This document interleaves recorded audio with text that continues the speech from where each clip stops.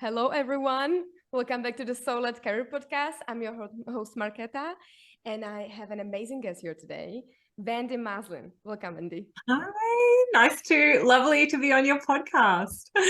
I'm so happy that you're here, and I cannot even start describing everything that you're doing. I feel like I would leave 50 or 90% out of it. So please give the listeners a little bit of an introduction about what you're doing here in this world.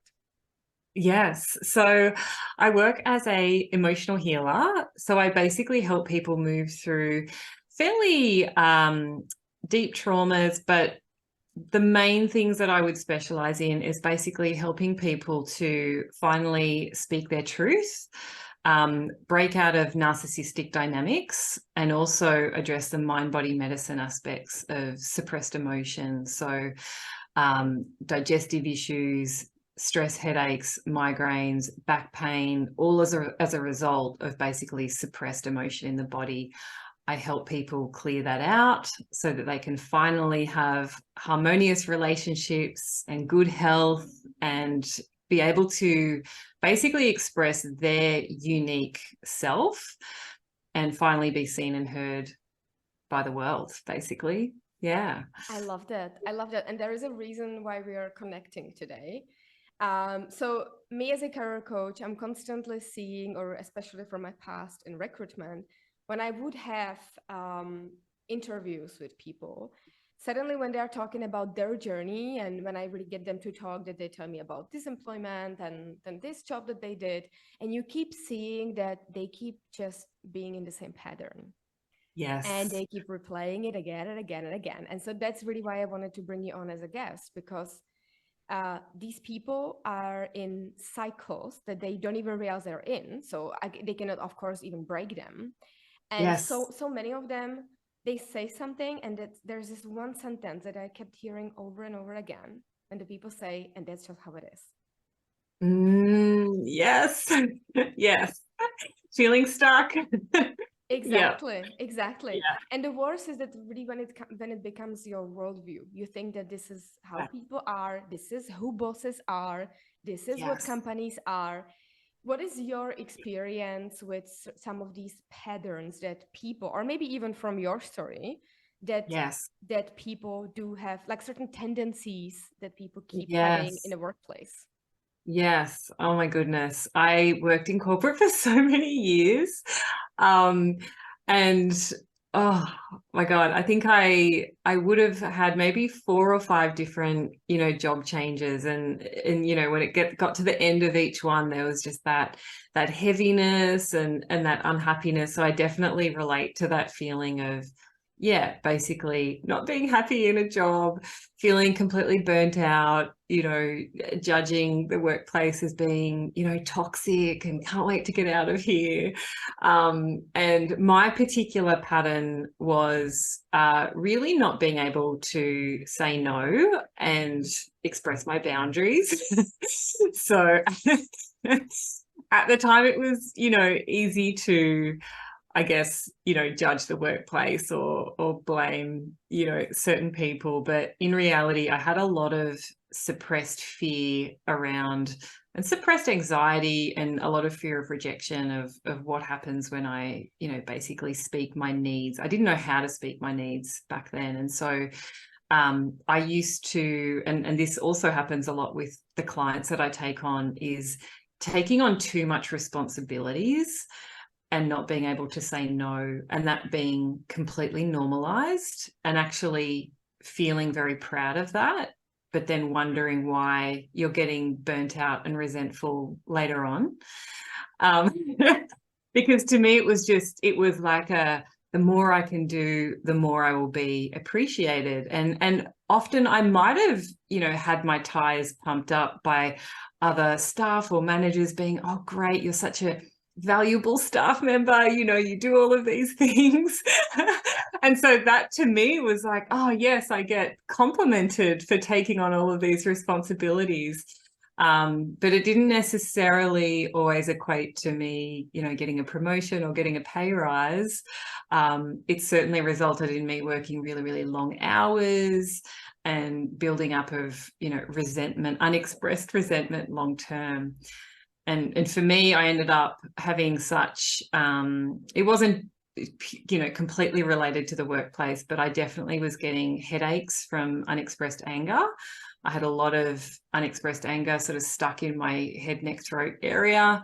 And yeah, I eventually got memory loss because I was just, I really just didn't feel safe. And to be honest, I wasn't actually aware at the time that I needed to start saying no and express boundaries a lot more. It was just normalized for me just to take on all of this work and then perhaps complain about it, to other people or whoever would listen that I was feel you. overburdened.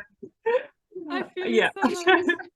And the worst is that even in the moments when you become aware of it slowly and Yeah. you still go into this space with the awareness, when you feel Mm. like you're the only one in this, when no one else around you has the same awareness about these types of patterns and certain way how you should behave and what you should not say and so on, Yeah.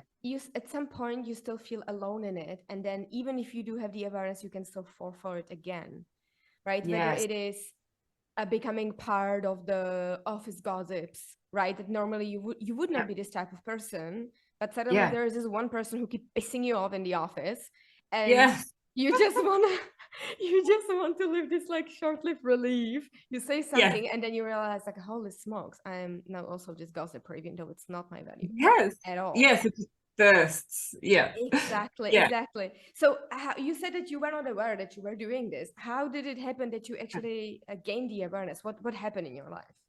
Well, to be honest, it got so bad that, the headaches and the memory loss caused me to switch jobs. But what I noticed was that the same patterns carried over into the next job. And I thought, oh, okay, obviously, I'm the common denominator here. And I, went to get help. So I'm a self-directed healing practitioner. And I had my first, couple of sessions I think I had 3 sessions with a self-directed healing practitioner. And within those 3 sessions, my headaches had completely cleared because I just had all of this unexpressed anger around not being able to speak my truth. So basically what I did was release the anger, the suppressed emotion in my body, and at the same time that released the limiting belief that it's not safe to be angry, it's not safe to speak my truth, and all of those communication limiting beliefs. So prior to that, when I'd sought help from a professional, it was more mental based techniques where I was trying to basically change my mindset.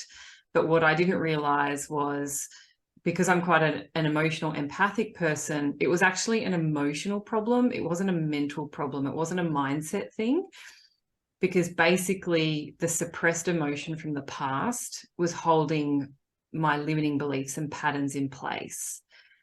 And then it was just such a powerful, powerful shift when I was finally able to release the emotion. And oddly enough, after 3 sessions, I was like, oh my God, this is my future career. I'm doing this. This is mind blowing. And then there was an eventual transition into me moving away from corporate and starting my own business.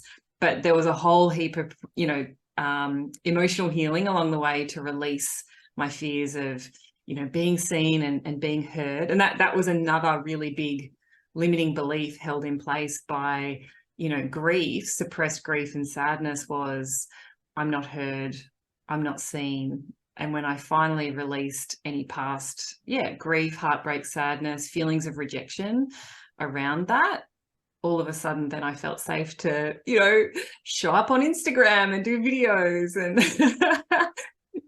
move away from hiding myself behind other people. But I did hire in between some of those job shifts. I did actually hire a careers coach, which I was so excited when, I connected with you and I was like, oh my God, that is such a valuable role. Because at one point I had, quit one job without having another lined up. And there was a 3-month gap in between. And I used that time to just this was before I discovered the emotional healing method I use now. Back then I was doing EFT tapping. Basically got really clear, worked with a careers coach and manifested my dream job at the time. And I was just so grateful that I had that support to help me do that, you know, clearing out some past stuff, addressing some beliefs, while at the same time getting super, super clear on what I wanted and what I was, you know, best suited for as well. Was just, it was a dream come true at the time. One of the many dream jobs that I moved into. Yeah. That's the curse of the multi-passionate people. I know exactly what you're Yeah. talking about. Yeah. Everything feels like, and there's so many potential dream jobs for a certain period of time, and then they teach you something, and then you can release them and move on to something next. Yeah. It's Yeah. awesome what you're saying about the EFT. I am a huge fan of EFT. It has absolutely changed my life. So many patterns that I had that I managed to rewrite thanks to that. And I feel like it's such a powerful tool, especially for those who maybe are beginners, or maybe there's just something that they need to rewrite to be able to move on. Yes. It has been a game changer for me. I have done it with some of my clients, and it's so interesting how also seeing it from the point of view, seeing of me being healed of certain things. And I definitely do have actually right now a client who has these things that she feels like she's not being heard, she's not being seen, and she's seeing it in her friend circles, but also at her job. It's literally the Yes. same pattern, no matter what environment you're in, because you have this focus on it. And when we were doing this EFT method together, she almost had to laugh, because when we were rewriting it, she said like that she didn't believe it. And that's part of the EFT, that you have to do it for some time to be able to fully get into the feeling of it, to the emotion of it, and actually rewrite it. So I am fully here with you. And oh my God, even from everything that you said, there's so much to unpack. I have right now one thing that I would like to ask you is, when you said that you started going to, she was an emotional healer, or who was she? Yes, a self-directed healing Right, practitioner. Yeah. right. Yeah. So when you said that you started having these sessions with her, at this moment you were employed, right? You were in a job. I was employed at the time. Right. Yeah. So Yeah. what were the immediate thought that you, like the immediate stuff that happened that you saw maybe some differences right away in that job? What were some stuff that happened? Oh, mental focus, definitely. Like mental clarity, because at the time I was finding it really hard to just organize my thoughts and understand what I needed to do. It was everything was really foggy. And that's what happens when we have, you know, suppressed emotion in our sort of head and neck. Everything just becomes a cloud. And, you know, it's in those times where sometimes people wonder whether they might, you know, have, you know, ADD or ADHD, and sometimes it can actually just be suppressed emotion, you know, from not feeling safe to to, you know, express or feel. And so within, like, I mean, even within the first session, I knew that it was the suppressed anger that was what was causing, you know, all of this blurriness, basically. And the memory loss was very distressing, because I was only, you know, maybe mid-30s at the time. And so it was really distressing, you know, and I think I had even, you know, gone to the doctor to see if I had dementia. And they said, well, you're actually too young to get the dementia test. You've got to pay thousands of dollars if you want it. And I'm like, oh, let's try something else. I forgot about my dementia already. Yeah. And so it was really clear what the actual issue was, but it was also super exciting for me at the time to have something shift so quickly, because I didn't realize, you know, at the time, and so many people have this belief that once you start feeling emotion that you're not going to be able to stop. But in actual fact, when you feel it the right way and anchor it in the body in the right way, it just dissolves. And, you know, you finish feeling what was there to feel, or the suppressed emotion from the past. It actually does have an endpoint. So that was really exciting for me, to finally empty it out, everything that was there, without fearing that I was going to, you know, fall in a heap. You know, like a lot of people have a fear that, once they start doing this emotional work, that they're going to, you know, spontaneously start crying when they're at work. And it's like, no, that's the whole idea. We get it all out in the actual session, so you don't have, you know, this delayed reaction of, you know, exploding. We basically release that pressure valve while we're in the session together. And, you know, certainly for me, I was way more emotionally stable at work, while at the same time also feeling a lot more safe and confident to speak my truth and say no and defend myself where necessary. So I love perhaps that. perhaps some people might not have seen it as, you know, me being more stable, but I certainly felt definitely more empowered and less stressed and less burdened, and yeah, much more clear on what I had to do, where I was going. I felt a lot more in control. Yeah. Now Um, you're getting me emotional. yeah. Yes. I mean, gosh, I mean, there's you, especially in those early jobs. Like, I used to just get so stressed. I mean, there was just so many times where I just used to, I mean, there would have been times where I would almost daily, you know, have to run to the bathroom to have a little 5-minute cry just to like release some pressure of the stress of the you know, job I happened to be in. It was just my routine. It was like, all right, I'm just going to the bathroom. Let's just have a quick cry for 5 minutes.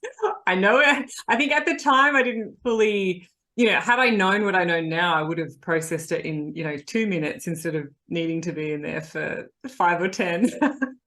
Yeah, and that's the thing, like the emotion like that, it can come in so many different ways. It can come like a bathroom cry, like also like Yeah. some people know it from high school, I'm sure. But Yeah. also for me, it was more actually anger. I had the Yes. same, especially when I was working in a corporate, and to be honest, in anywhere, Yeah. Yeah. because I wasn't able to process stuff.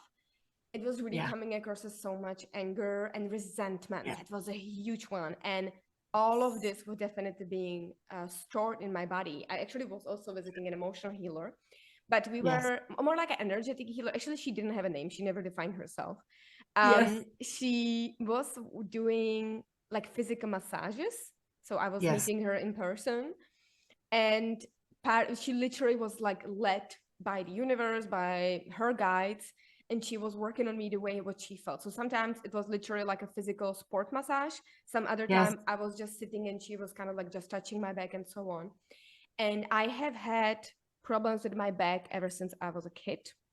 Yes. But the latest years, it was getting really, really bad. Like I was crying myself to sleep. I couldn't get up in the morning, crazy back pain. And it was so Yes. interesting because now we might enter a space where a lot of people might actually exit this podcast if they're not ready for this. Yes. But I so I am a 5'1" profile in human design. Yes. And often the people who, when it comes to the profile, I'm not a professional reader, so this is just my interpretation of it. But when you have the bigger number in your profile at the front, basically you are holding, and right now I forgot the name of it, but this karma that is like the coming across the different generations. And Right. if I'm not mistaken, I think I'm the only one in my family who has the bigger number at the front. And I'm Ah, really, really seeing that to yes. be honest, I feel like sometimes I'm a really tough nut to crack for my family because I'm Yes. breaking one pattern after another. It, Yes. and I really Yeah. feel like maybe that's why sometimes the relationship for us it's quite difficult because I'm so different in the way how I'm handling stuff than the rest of my family. And Yes. it was so Leading interesting. that. Yeah, and it was so interesting. So actually, how long has it been? Well, I was 15, so I'm 29 right now. Yeah. There was this thing that happened when it was actually my birthday party, me and my sister. And on the way to the birthday party, my grandfather passed away. Um, Mm. and it happened when my father, he was driving the car, and my grandpa, he was at the back seat. He asked him a question, and when he didn't reply, he turned around, and my grandfather had a heart attack, and he basically died on the Oh spot. my, oh my goodness. And I just have this vivid memory of we had such a great connection with my grandpa, and I was so looking forward for them to come. It was a mutual birthday party of me and my sister. We have our birthdays very close to each other. And I will never forget the feeling. It was also the closest, like the first time when a close person to me passed away. Yes. And I remember I opened the door, and what happened when I thought the day arrived, my grandma crying like crazy, she just fell into my arms. And Oh, this memory obviously stayed like a huge in my mind. It was also like he was coming to my birthday, right? We were about to celebrate. There are yeah. so many things I realized from that. I don't like celebrating my birthday. I don't like when it's a big deal, and I didn't connect it. Yes. And also because we had this huge connection years later, and it's not too long ago. And it was actually after I started doing this emotional healing with this healer. She told me that I have a lot of like ancestral trauma hidden in my lower back. And Yes. after we started healing that, I'm not joking you, I actually did one of this EFT tapping thing, Yeah. and I had a visit from him at night. Yes. Not And it surprising. was insane. And what happened was then I actually suddenly even got a message Yeah. somehow, like a download. I don't know how to describe it actually. Yes. And I went back to my parents' place, and I knew exactly where in the house to go. And I found a tape that he recorded, that when I probably was a tiny kid, and he recorded it for my sister and my cousin, where he recorded them like a bedtime story, but it was really about self-love. And it Oh, was no like kids fairy tale. And oh, I love I that. and I Oh, had goosebumps. yeah. Wow. Oh, that's gorgeous. And actually what I did is that I don't it all of these were really like just following my urges, right? When you are healing certain things, what has actually happened. Yes. So I have quite a big family. This is all from my dad's side. And what I did is that I found out a way how to extract the audio, and I actually put it into kind of like a song, and I created like a song, and then I gave it to my dad, because he Oh, also, it was actually just shortly before Christmas, he received it as a Christmas present. it's and incredible. and my dad, by the way, also has so much chronic back pain, but he's not so much into all of this emotional healing, even though I would love him to be. Yes. Yes, but it was interesting because then I actually was kind of disappointed by his reaction to it. I was like, "Hey, where is the crying or anything, right? I just gave you an Yeah, yeah, yeah, yeah. emotional present." There was none of it. He was like, okay, he was so shocked. And Yes. then later on, I realized how much it touched him, because he actually brought it to the whole family gathering, and he played it in front of everybody. And it Oh, has opened up conversations this family was never having before. This yes. huge circle of the whole family, people were talking about, hold on, you had a visit from him, what was it like? And it was so interesting because it has opened conversations that would have never been able to open before. And did I Love. say that my back pain basically went away? Yes. Oh, I love that. I love that. Yes.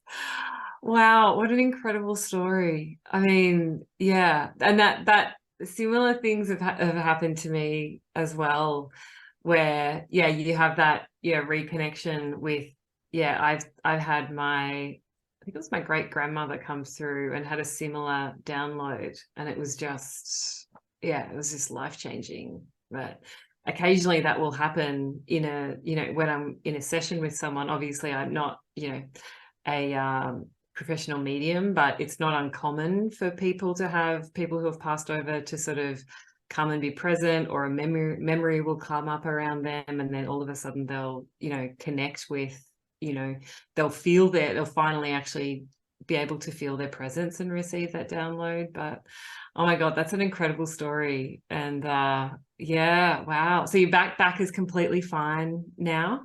It's mostly fine, especially it was in the lower back pain. I still do have a little bit on, on my neck and on like between the Yes. shoulder blades. I'm Yeah. keep constantly working on it. I'm also visiting like a Reiki masseuse. So all of Yes. this has been doing great, and I'm really feeling the differences between when it is because I'm too much, leaned over a computer screen because I'm spending so much time working on my computer, obviously. And when Yes. it is an emotional thing, there are really these huge differences. And obviously, in Yes. all of those ways, you always need a different treatment, right? So it's not like Yeah. we should right now say everything you can only heal emotionally, but most probably it's a big part of it. Yeah, definitely with back pain, one of the most common themes is not feeling supported, which is super, super, common. Like we all have those memories, right? Where like we expected someone to support us and they didn't. And, it can happen out, in childhood, in family dynamics. We don't feel truly supported. And then, especially when we're talking about expressing our authenticity and our authentic truth. Because I know for me, particularly as someone who, had some people, as an empathic person and had some people pleasing tendencies, my authenticity got diluted because I would do every type of job, and I could multitask. I could do so many different jobs, and some of them I was really good at, but it didn't necessarily mean that I really enjoyed it and found it fulfilling, and it was a part of my true soul's expression. And so I see that in a lot of people where they're wanting to move away from a particular job, or maybe start their own business, but they don't know who they are because they've been praised for so long for doing a particular job, but they kept doing that because they kept getting praised for it, or perhaps paid well for it, and that was the payoff, but it's not necessarily satisfying. And That's so very interesting. It honestly really literally sounds like when it comes to dog training, like the positive reinforcement. exactly, yes, yeah, yeah, yeah, yeah. Yeah. Yeah, and I feel like even when Yeah. you say it this way, maybe somebody will understand. I mean, imagine like you said, you tell the dog sit, and then you say good job, right? If you Yes, think about it. exactly. Yeah. That was me for so many years. It was like I just lived for and to be honest, and it was rewarding at the time. Like I loved it, I enjoyed it. There were so many jobs that I look back on with so many amazing memories, and I was like, oh, that was so great. We achieved that thing. But at the end of the day, I was mid-30s, exhausted. I didn't have time for relationships. My health, it was just constant, health problems, adrenal problems, gut issues, headaches. I'm like, what's wrong? Like, I've got everything. I'm going on amazing. I got this hot corporate job, flying all over the world. My outfit's great, but it wasn't in alignment with my soul's purpose. And it's, I think it's insane. Like, the type of work that I do now is so easy, compared to what I used to do, and I'm getting paid technically more. I'm because it's flowing easily. It's coming naturally. It's not something I'm waking up and then dragging myself to. It flows so much easier. But I think that's always that, that tricky transition. And you would get it, when you're talking to someone and you're like, maybe you're best suited, to this type of job. Are you really willing to let go of that, thing that you get praised or you get paid really well to do? But I think It can be very scary. But also, yeah. I would like to point out a thing of like, when you say following my soul's purpose, I would just say that to clarify for someone else listening, it doesn't mean that you can only follow your soul's purpose if you decide to become an emotional healer or a career coach. This is not about it Exactly. at all. Definitely. Hey, I just want to thank you for listening. And as a thank you for being here, I would like to offer you a free mini course called Get That Job. Now let's have a look of what is inside of this course. So first, we actually want to even get you to an interview. So we're going to learn about how to write a winning CV and how to write a cover letter if you choose to do so. Then we're going to have a look into how to actually act on an interview. We're going to go through some basics. We're going to talk about overall the mindset of being on an interview. And then, of course, we're going to have a look into some commonly asked job interview questions and how to actually answer them appropriately. And last but not least, topic that I love to teach about on how to actually discuss the salary. So the salary talk can get super strange and super awkward. And sometimes it's from the side of a candidate, and other times it's from the side of a person who is recruiting you. So how are we going to discuss this topic without it necessarily being awkward? Because it's just money. Money is just energy, right? Let's get to it. Let's talk about it. And please, if you decide to do so, this is also like a welcome from me to my world and to the way how I coach on career. If you want to access this course, make sure to check the show notes for the link. And I will be looking forward to see you on the inside. Okay, enjoy the rest of the episode.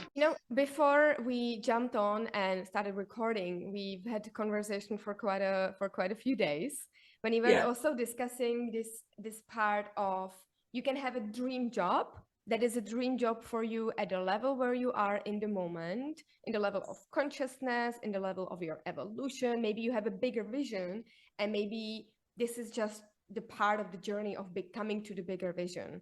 And to be honest, I feel like bigger vision for everyone can mean something completely different. And it can even mean that you want to retire when you're 50 to enjoy the rest of your life with amazing savings. So anything, it literally doesn't have to be that on Monday you're gonna get up and start saving. The word has nothing to do with that.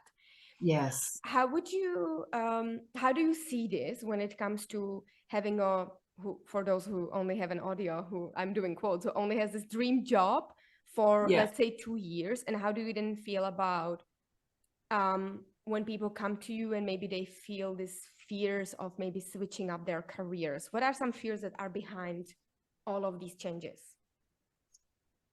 Well, I think, when we're talking about, often when you're expanding, well, the first thing is to know is that we're always in a place of expansion and growth, and if you're the type of person that likes growing, you're probably going to want to, expand into the best version of yourself. And a part of that involves, change and potentially having to make those tough decisions.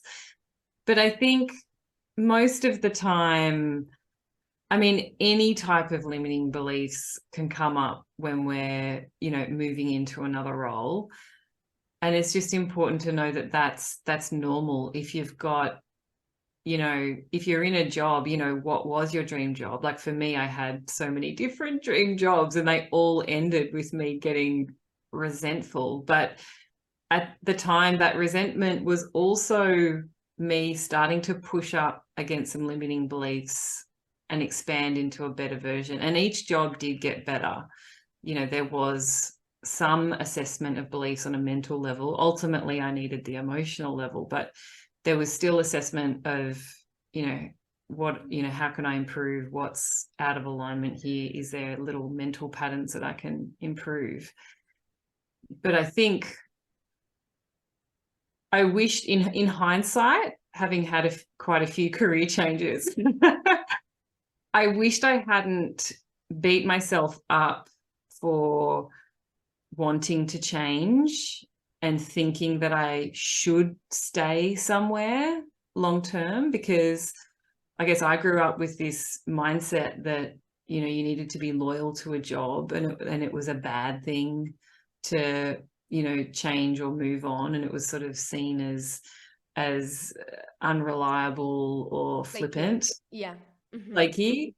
And I think overall mentalities, I feel, in the modern world have changed now, but I wished I hadn't have questioned it so much at the time and beat myself up, because it really was, even though, there was some, maybe a bit of toxicity in the workplace or whatever, ultimately it was my soul saying, it's time for your next project. It's time. And I wish I hadn't have judged myself, because I think I would have saved a lot of pain thinking that I needed to stay in it longer in a particular role or job just to be seen as reliable, or assuming that that's what's going to get me the next best job.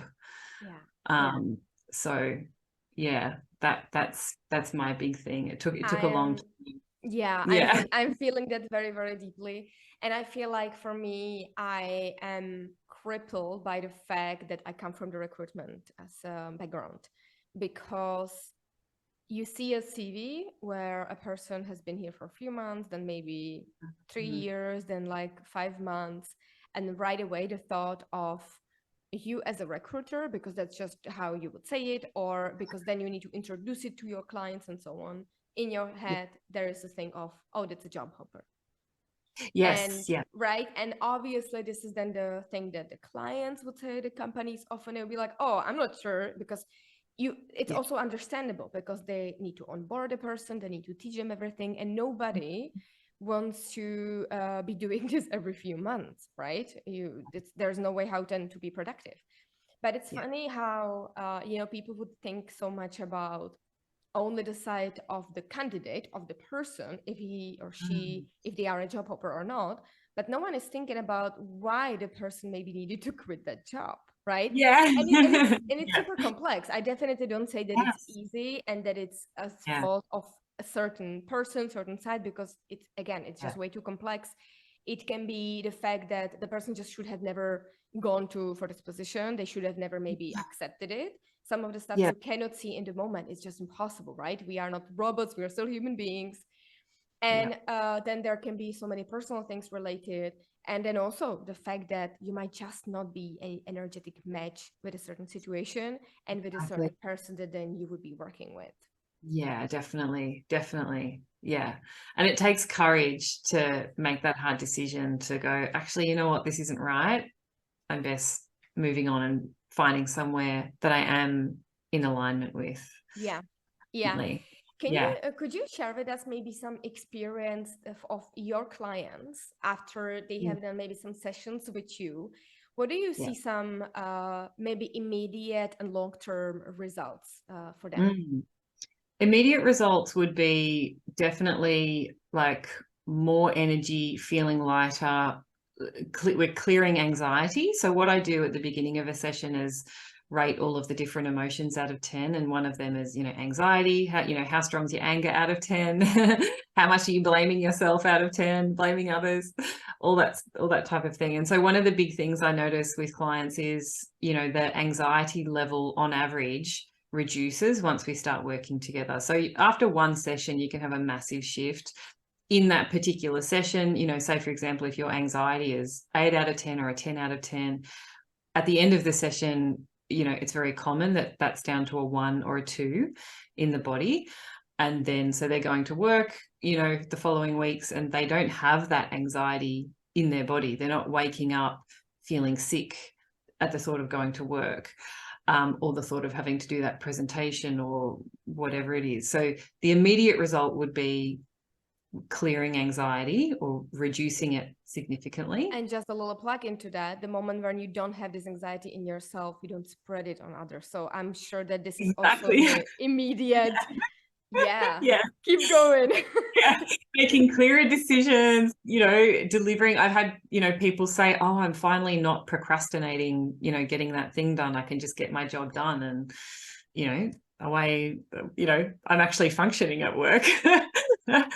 And the second thing would be, in terms of the workplace, would just be feeling safe to communicate. And in fact, a guy client that I was working with, he actually just finished his program only yesterday, and he was just saying that they had a company feedback day and he felt really safe and confident to be able to give feedback in this forum, and no one else did. And they were so appreciative. They were like, thank you so much, because we were able to clear his fears of saying the wrong thing. So there was a fear of like, oh, if I speak my truth, or I'm going to say the wrong thing, or what, I'm going to be rejected if I say what I really think.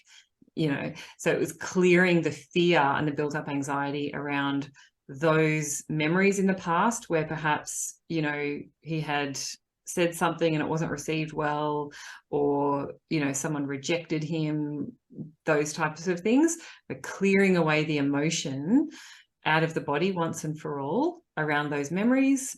So then we're rewriting that those beliefs. So when you are at work, you can speak without having that trigger of anxiety or fear. I mean, personally, I used to freeze all the time. I just used to not say anything. So that's an example of, where my client was able to go to work, do the job, speak, give feedback without fear, basically. So those would be the immediate ones. And also being able to, I've had clients as well, and a client who actually works in HR, is be able just to ask for what she wants more clearly. So she was able to say, you know what, these hours don't actually work for me. Can I do this instead? And being able to just clearly, feeling safe, knowing that your feelings and needs are respected. Because if we weren't, perhaps when we were younger, if emotions weren't a thing, which is very, very common, it's not necessarily bad parenting. It's just society where, it's a post-war society, I say, like everyone was taught to numb emotion. So it's just very common for everyone to just completely disregard feelings. But we can often, if you're a naturally emotional person when we grow up, you can have these deeper traumas around my feelings don't matter, my needs don't matter, and that plays out in the workplace.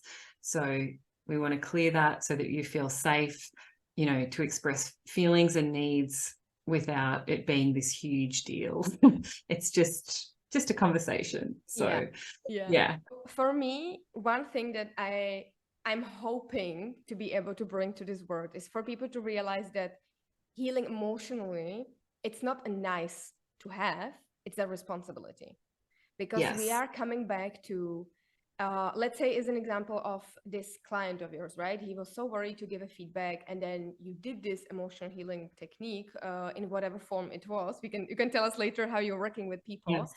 And thanks to that, he did something positively in his workplace. So for me, it's a must-have that people work on their emotions, especially from what you're saying. Like there was a different way how we as generation were raised because of the stuff that our parents had to go through. So it's totally normal that right now we need to deal with that.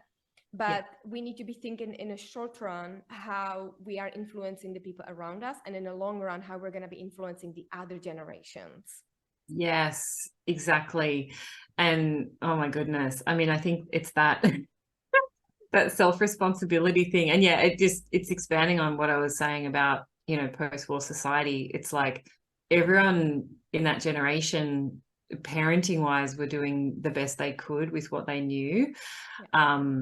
Emotions. So we're only really just learning about feeling emotions and the benefit of actually moving through them and letting them go, and the impact that any type of emotional trauma has had. So emotional trauma could be something major all the way through to someone just saying, hey, I don't have time for you today. But I mean, there's definitely one of the things that I work with clients specialize in is narcissistic abuse and narcissistic relationships.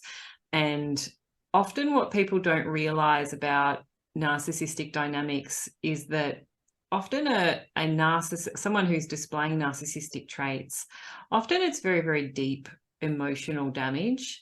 So that person can come across as numb or emotionless, but it's actually coming from a deep, deep fear of being emotional or having their emotional needs met.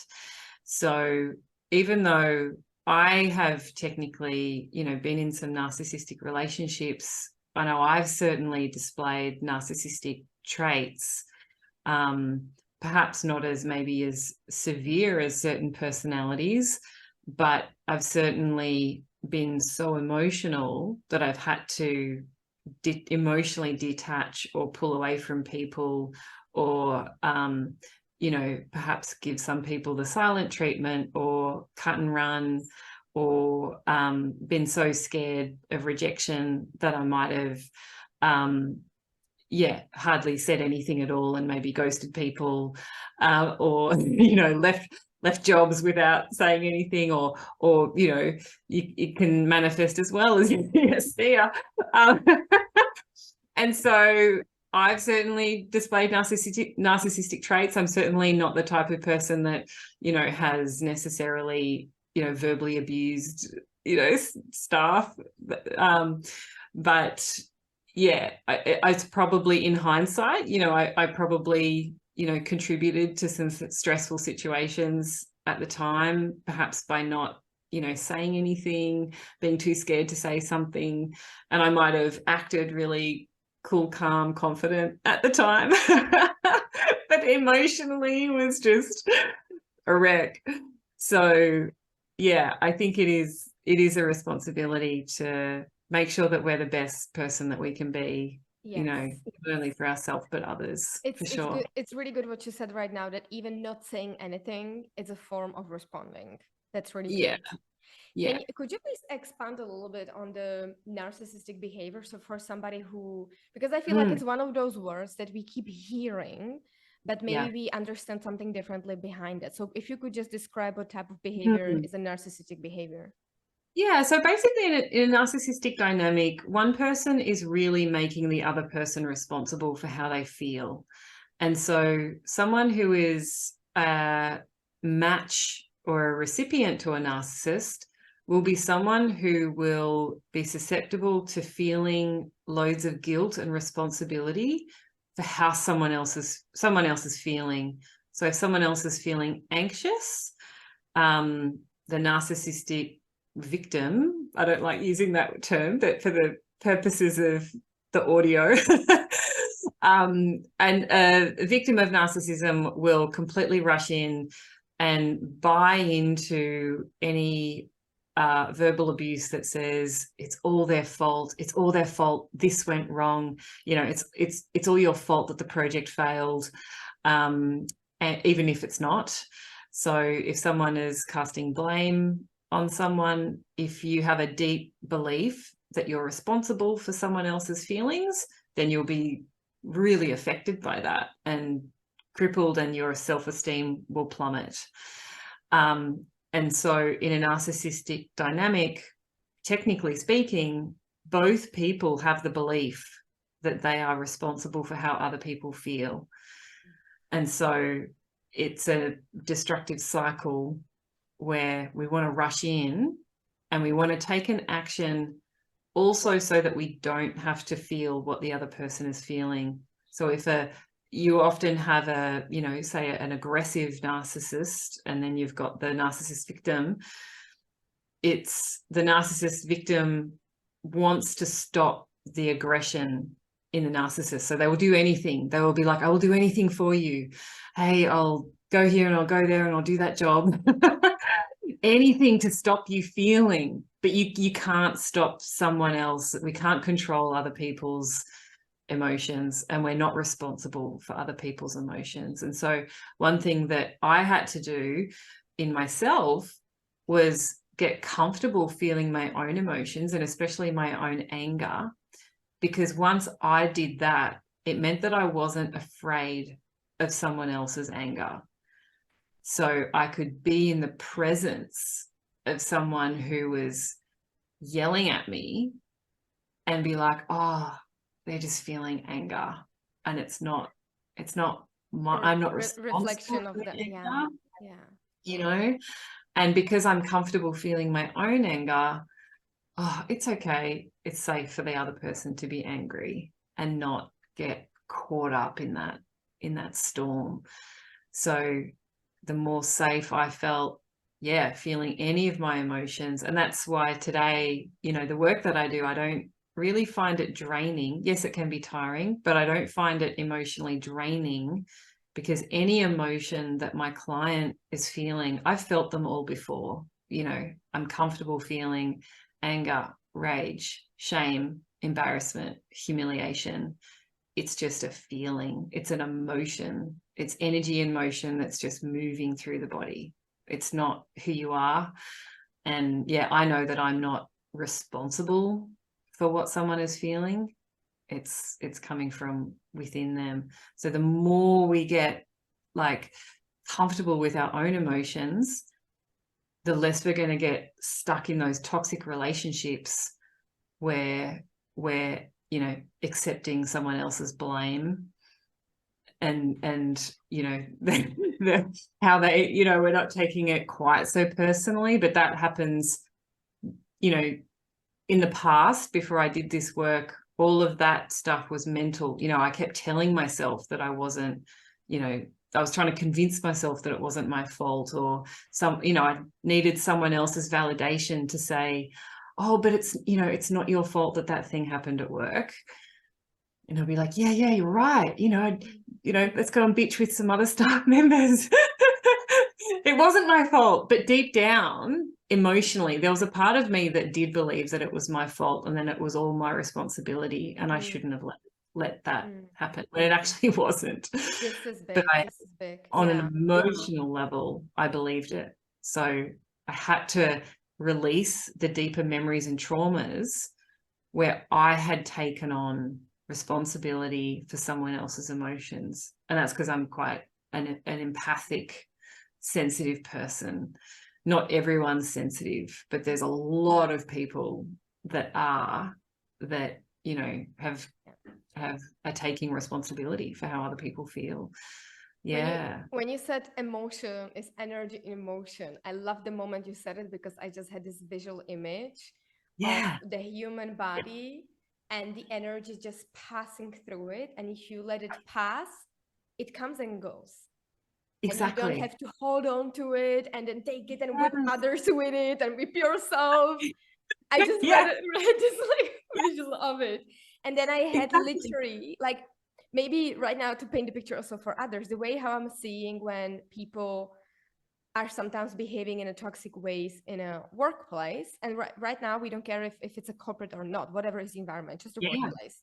I'm imagining all of these beings, I'm just being the physical beings who take on the emotion, they literally physically grab on it, and then they are whipping each other with that. And it feels like in this environment, they are trying to have some work done.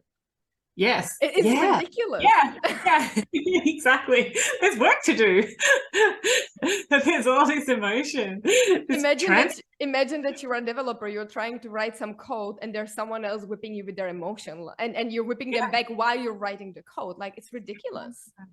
Yeah, but it comes from the belief that, you know, I should take on someone else's emotion, because we'll make them, you know, we have this, you know, deep belief that it's like, but if I feel their emotion, you know, I'm taking away their pain, and it just doesn't work like that. You know, we often, that's the 5-year-old, you know, inner child in us that, you know, thinks that if we feel what someone else is feeling, that it's going to alleviate the pain, and it doesn't.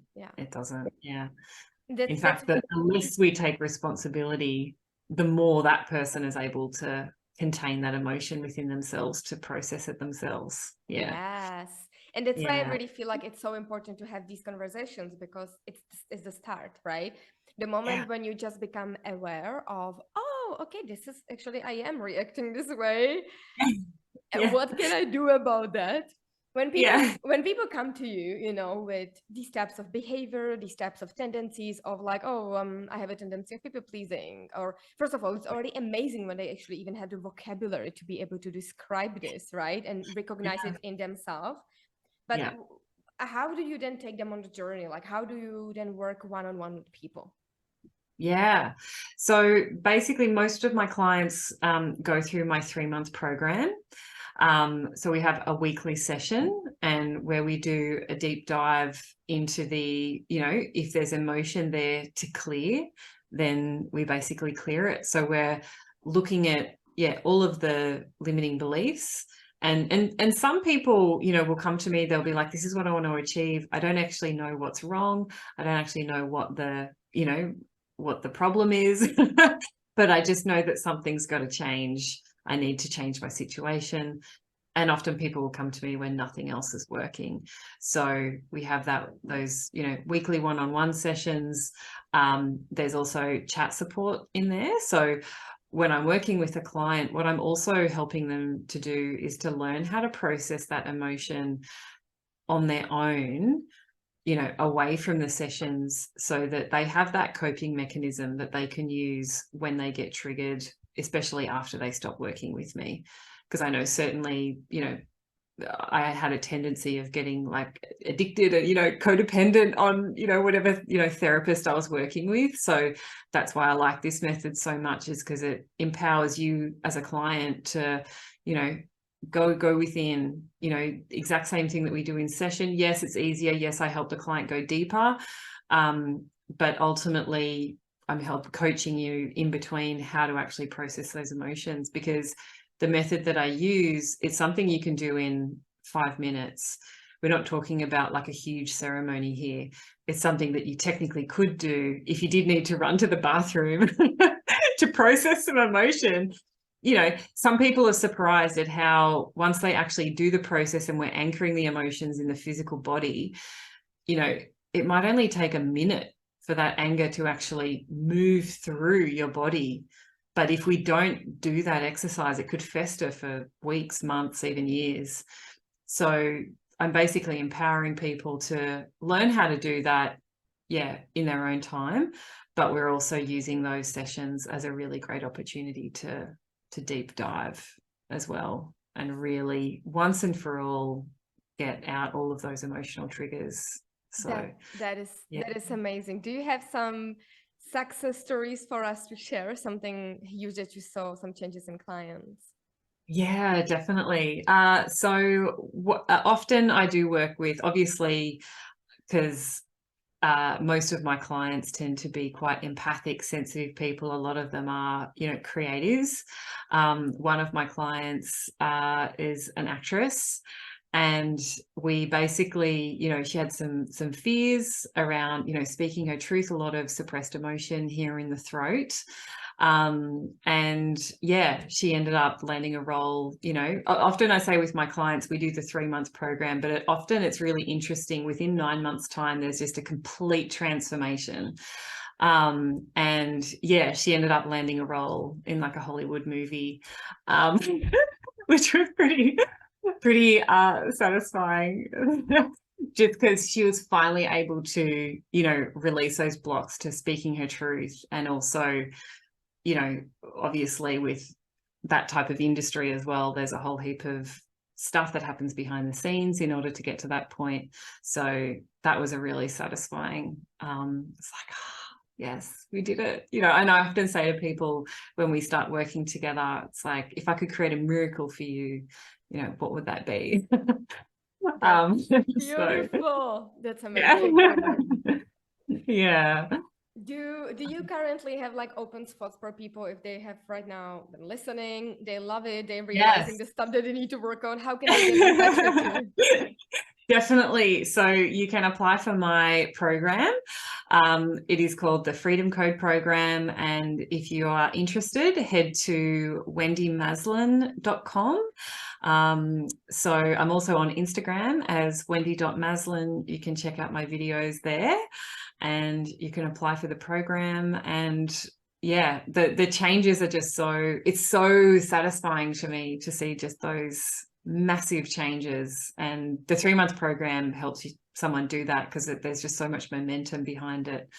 And it's really exciting to see. So got it. And this is like a private program, or this is a group coaching, or how does this work? So this particular one is it's a private, so it's one-on-one private Zoom sessions. If you are based in Melbourne, Australia, I do them in person. And I'm just about to launch a smaller group program, which is going to be, if people don't necessarily want to do a full private 3-month program, I will shortly be launching in March a much sort of introductory program, which is a great, if someone is just wanting to dip their toe in a little bit and get a little bit familiar without, anything too intense, that group program is going to be a great opportunity. So, yeah. Amazing. Wendy, thank you so much. It was absolutely incredible. I'm so grateful that we did that. Thank you so much. I'm sure it's going to be helpful for so many people, and I cannot wait to put it out there. I will link everything about you in the show notes, so for anyone to be able to reach out to you and have a conversation, have a chat. Thank you so much again for coming on. Thank you so much. It was such a pleasure. It was great. All right. So enjoy the rest of your evening. I'm gonna finally start my day.